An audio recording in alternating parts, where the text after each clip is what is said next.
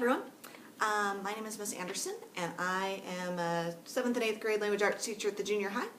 But today I'm actually talking to you about student government.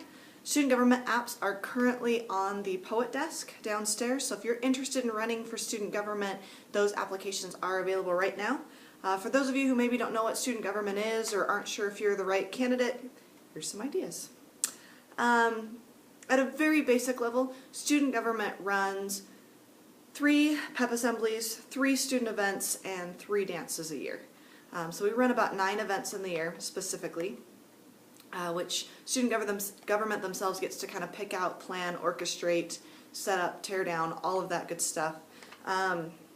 Events we've done this year, we did surf and swim night, we're going to do an ice cream social, we did something in the fall. On top of those events, anytime admin needs something specific, a video about something, or ideas about something, or hey, we're thinking about this, could you guys talk that over, throw some thoughts back, or last minute, oh my gosh, something's happening, let's grab student government, I bet they could take care of that.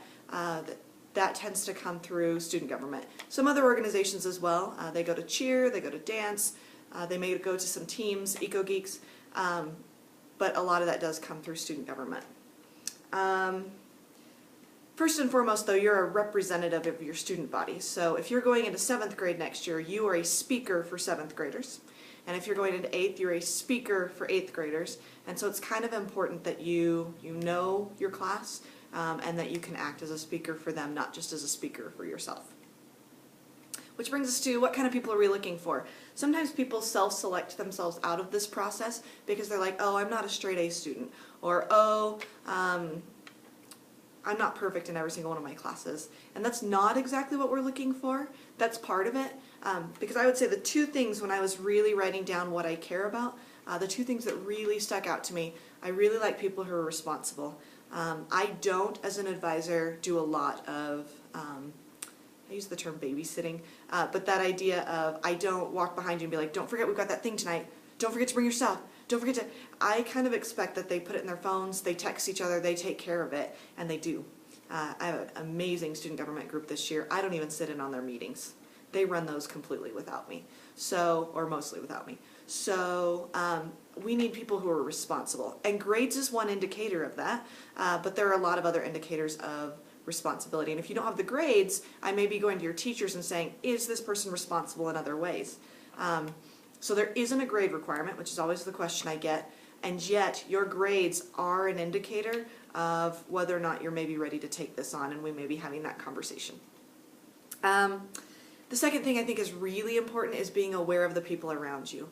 You don't have to be like everybody else, you could be totally different, but being aware of what your class might like, so that when events come up, you can say, oh, that doesn't sound like something that people are really going to do, or like, my class is more like this, and being able to kind of speak to that, and also maybe being aware of some portion of the student body, like maybe you're more in this group who maybe isn't the main group, but you could speak for some other groups too. So just being aware of the people around you and your ability to kind of create events, pep assemblies, dances, etc., that meet the needs of as much of the student body as possible.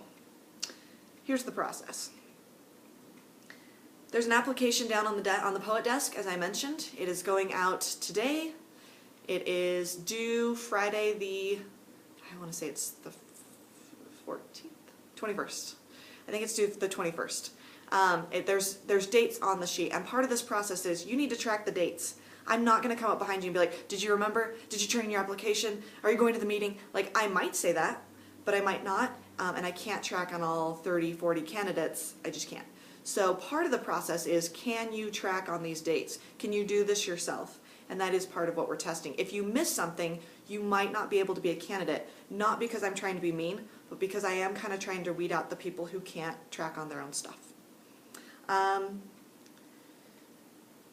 Second, there is a meeting on the 25th, Tuesday the 25th at 6 p.m. You're going to want to let your parents know that pretty soon, because they need to plan that into their schedule, or some adult needs to come with you to that meeting and hear all the pieces and parts. even if you've been to that meeting twice before, and I'm so sorry, we need you there because if people don't come, one year I said, if you've been before, you don't have to come, and then they made a little mistake, or they missed a rule, or something like that, and then all the other candidates were like, hey, that's not fair, that's a rule, and so we really want everybody there, so everybody knows, so everybody's on the same playing field, and nobody gets hurt in that process.